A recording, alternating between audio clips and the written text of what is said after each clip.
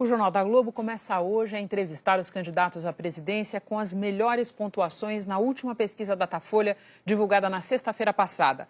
A ordem dessas entrevistas foi estabelecida por sorteio, na presença de representantes dos partidos. Ficou estabelecido assim: hoje, Ciro Gomes, do PDT.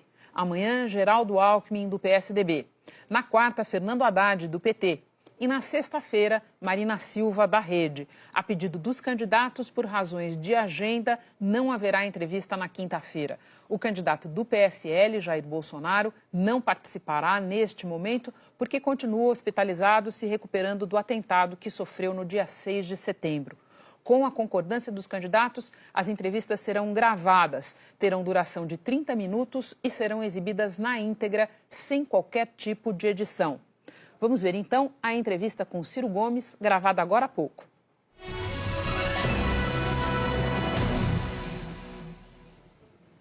Boa noite, candidato. Muito obrigada por ter vindo ao Jornal da Globo. A nossa entrevista tem 30 minutos que começam a contar a partir de agora.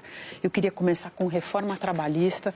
O seu programa inclui a revisão da reforma aprovada no atual governo. O senhor diz que ela cria insegurança jurídica, que o país não pode crescer com insegurança jurídica. Mas o senhor também fala em anular leilões de poços de petróleo, em cancelar a fusão da Embraer com a Boeing. Essas não são também medidas que criam insegurança jurídica? Não, eu sou professor de Direito e tenho boa consciência de quais são os limites e quais são as regras, né, do Estado de Direito Democrático. Para mim, o Brasil está sob um golpe de Estado e isso já fere de morte a legitimidade dessas iniciativas. Em segundo lugar, cada caso é um caso. A reforma trabalhista precisa ser revogada porque ela é a reprodução de uma agenda de 1998, que passou como uma fraude no Senado, que aceitou votar contra sua própria convicção, isso está tudo registrado, desde que o presidente da República formalizasse uma carta vetando aquelas aberrações. E o Senado votou e o veto não aconteceu. E isso produziu já mais de 980 mil novos desempregados no Brasil, o que é uma selvageria que tem que ser substituída por uma coisa moderna, lembrando sempre que a China já paga um salário hora mais alto do que o Brasil e a economia mais competitiva do mundo é a Alemanha, e não por acaso são os salários hora mais caros do mundo. É evidente que o Brasil não é a Alemanha, nós temos que gramar muito ainda a produtividade. A questão da Boeing. A Embraer, quando a Embraer foi privatizada, o governo federal ficou com uma golden share, que é uma espécie de ação especial, não estou explicando para você, mas para o telespectador, que dá ao governo o poder de vetar determinadas decisões estratégicas. E aquilo é uma questão absolutamente sensível, sob o ponto de vista da defesa, da segurança nacional, da engenharia brasileira. É um de dois lugares onde o Brasil ainda tem alguma potencialidade tecnológica: o petróleo, a Petrobras, e a Embraer. Dois produtos extraordinários foram desenvolvidos, estão na hora de renderem bilhões de dólares para o Brasil e nós estamos permitindo, se isso se consumar, eu vou desfazer, que a Boeing feche a Embraer, que na verdade é o que ela pretende fazer. O KC-390, que é um supercargueiro, e o caça Gripen, que houve uma raríssima, inédita na história do capitalismo, transferência para o Brasil de todo o pacote tecnológico. De maneira que isso não rompe contratos, nem desfuncionaliza absolutamente nada da seriedade com que o Brasil deve continuar tratando suas relações internacionais. Antes de perguntar sobre essa agenda, eu queria só lembrar, quando o senhor se refere a golpe de Estado, numa referência, acredito, ao impeachment de Dilma Rousseff, que se tratou de todo um processo que seguiu trâmites legais e que foi supervisionado pelo Supremo Tribunal Federal. Acho importante a gente lembrar também que o grande estoque de desempregados foi produzido pela crise econômica e não pela reforma trabalhista, ainda que o senhor tenha críticas a ela. Nós temos 13 milhões e 700 mil desempregados. Eu falei que do dia que a reforma trabalhista entrou em vigor com a mentirosa promessa de que ia ajudar a superar o desemprego, 980 mil novos desempregados foram produzidos no Brasil. Eu queria lhe perguntar sobre... E o impeachment da Dilma correu certamente ao protocolo legal, igual 64. Bom, vamos lá. Em 1964 também se persistiu todo o itinerário protocolar e o Supremo, que já dizia Rui Barbosa, o poder que mais tem faltado à República, também conestou aquele golpe. Tá. Se a gente pegar esses itens da agenda, rever o leilão dos poços, rever esse negócio Boeing e Embraer, o que o senhor está propondo acerca do que deve ser feito com a reforma trabalhista, o senhor concorda com quem caracteriza essa agenda como uma agenda nacionalista e estatizante? Eu sou nacionalista, eu não quero estatizar a Embraer. Não quero estatizar a Embraer. Eu quero que a Embraer siga nacional brasileira, que é diferente. Ela hoje já é privada e eu não tenho nada contra ela ser privada. Foi privada que ela desenvolveu esse estágio superior de ser a maior companhia mundial de jatos médios, desenvolveu o KC-390, que é um supercargueiro, que é uma joia, que tem um mercado cativo de 20 bilhões de dólares. E veja, os americanos acabaram de proibir os chineses de comprar a Qualcomm, que é uma empresa privada. Por que eles fazem isso? Para proteger a acessibilidade de certos setores estratégicos, no caso da Qualcomm, chips. E o Brasil, que só tem mais 2 lugares, que é petróleo e a Embraer, nós vamos entregar para o capital estrangeiro e nós vamos pagar a conta como? Bom, com minério de ferro bruto, isso não paga a conta do Brasil. Vamos passar para a inflação, que eu acho Agora, que é um eu sou tema... nacionalista fervoroso. O senhor já deixou isso claro. Vamos lá. O senhor diz que, se eleito, vai perseguir a menor inflação possível, desde que cumprida uma meta de criação de emprego. O senhor sabe que nada corrói tanto o poder de compra das pessoas mais pobres do que a inflação, os preços aumentando dia a dia, o salário parado. Portanto, essa sua proposta, eu acho que ela levanta uma questão importante. Qual é o máximo de inflação? Qual é a inflação que o senhor considera tolerável? A que eu entreguei quando ministro da Fazenda. O brasileiro mais jovem não sabe, mas eu fui ministro da Fazenda, ajudei a fazer o Plano Real sob a liderança do presidente Itamar Franco. E eu peguei a inflação com 3% ao mês e entreguei com 0%, o país crescendo, com desemprego quase perto de 3%. Inflação, então, repare, a minha proposta... Posso só colocar uns números aqui? Eu tenho visto o que o senhor fala sobre essa questão da inflação, então eu trouxe aqui para me acompanhar os seus números de inflação quando ministro da Fazenda. De fato, eram números baixos, a inflação estava numa trajetória de baixa com a implantação do real. Não, eu recebi com 3 e entreguei com 0. Olha, o número que eu tenho aqui é de 1,53% em setembro, quando o senhor assumiu o Ministério da Fazenda. Mas só assumiu em setembro o Ministério da Fazenda. Dia 7 de setembro. Muito bem. E depois ela deu um pequeno repique em outubro, voltou a dar outro em novembro e, de fato, caiu em dezembro, quando o senhor entregou, mas o número que eu tenho aqui é de 1,71%. Sempre lembrando que era mesmo um quadro de inflação baixa. Mas o que eu queria entender mesmo, candidato, é essa questão de associar uma inflação menor à perseguição de uma meta de emprego. Como é que fica para o senhor a questão de qual é a inflação aceitável? A inflação aceitável é 0. Agora, deixa eu explicar para você. O Brasil está intoxicado, Renata. Essa que eu estou propondo equivale às melhores práticas internacionais. O mandato do Fed, que é o Banco Central Americano, é perseguir a menor inflação a pleno emprego. O mandato dos bancos centrais mais sérios da Europa é perseguir a menor inflação a pleno emprego. Muito poucos países têm essa coisa de inflation target, que se chama meta de inflação no Brasil, e nenhum deles tem a história de indexação que o Brasil tem, sancionando com taxa de juro preços que são inflados por decreto de governo. Isso é simplesmente jogada, canalice, se quiser uma palavra um pouco mais dura, para privilegiar a especulação financeira que está matando o Brasil.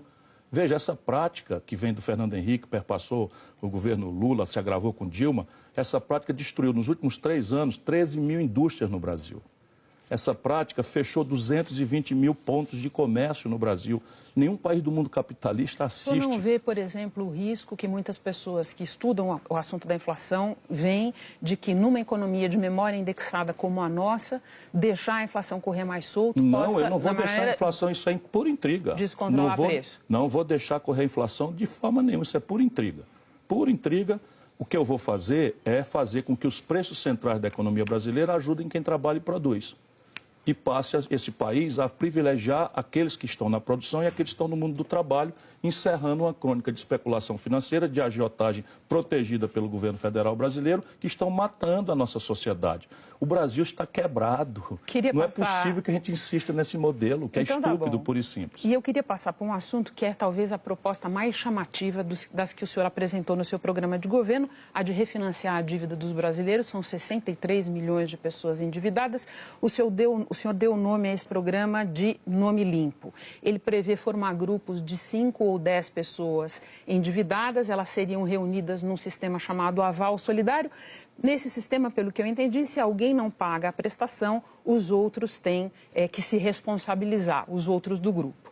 O senhor não tem falado muito desse aspecto em entrevistas e eu acredito que boa parte do eleitorado não saiba desse dado muito importante. Eu lhe pergunto, uma pessoa que está traumatizada, onerada pela própria dívida, o senhor acha que ela vai querer, eventualmente, arcar com a dívida de outra pessoa? Eu não propus que fossem outros endividados, não. É só ler o que está no meu site, cirogomes.com.br, tem a cartilhazinha, está bem estudado, e eu estou até ficando feliz porque está todo mundo agora imitando. Mas repare, a dívida é de R$ 4.200 o volume médio. Com descontos que o Serasa já está dando, as pessoas sozinhas, sem proteção do governo, está dando desconto de 70%. Vamos supor que eu consiga só isso. A dívida cai para R$ 1.200. Se eu picar isso em até 36 vezes e dar ao Banco do Brasil e à Caixa Econômica um juro de 10%, 12% ao ano, trocando os abusos que hoje... Só para lembrar... Deixa eu terminar, Renata, por favor. Não, por favor. Não, por favor, não é possível perguntar da coisa, pôr dúvida na coisa, na hora que eu estou explicando, você interromper. Não, mas é que eu só queria dizer o seguinte, candidato, eu li a cartilha. E, de fato, o senhor fala em organizar grupos de 5 a 10 devedores. Mas não precisam ser devedores. São 5 a 10 pessoas, porque quando você aluga uma casa, você, Renata Lopretti, respeitada, querida, precisa ter um avalista, precisa ter um fiador. Quando o cidadão compra um carro financiado, ele fica com reserva de domínio. Por quê? Porque isso é a garantia. Por quê? Porque eu quero que o Banco do Brasil e a Caixa Econômica tenham garantias. E a garantia qual é? Você reúne 5 a 10 pessoas... e elas assinam solidariamente. Se a prestação é R$40, que você me interrompeu, dividindo por 36 vezes, dá R$40 por mês. 10 pessoas juntas, se uma delas falhar, elas têm que dividir, dá R$4 por mês para cada avalista. Vamos concordar que isso é o mínimo de solidariedade comunitária que o nosso povo está cansado de fazer. Candidato, quando a gente pergunta sobre essa proposta, a gente não está perguntando por não, de alguma maneira, ignorar que as pessoas buscam uma solução. É interromper quando eu estou respondendo. Não, a gente não está ignorando que as pessoas buscam uma solução para a questão da inadimplência. Exatamente isso para entender. Isso é um problema de macroeconomia. O principal motor, não fiz isso porque sou bonzinho. Eu fiz isso quando eu estou estudando, são 4 grandes motores que eu vou fazer, consertar para eles devolverem a atividade econômica e gerar os empregos que nós precisamos gerar para o Brasil. 13 milhões e 700 mil desempregados, 32 milhões e 200 mil brasileiros vivendo de bico, correndo da repressão pelas ruas das cidades. Eu estou estudando com a minha vivência, consultando toda a melhor inteligência, e o principal motor de ativação econômica no nosso país é o consumo das famílias. Tá. Se eu não consertar o crédito popular, como é que o consumo das famílias se restaura? Então, se eu restauro, o comércio vende, se o comércio vende, a indústria produz, os empregos aparecem e o dinheiro para pagar melhoria na saúde, na educação, na segurança surge, porque eu sou um homem sério.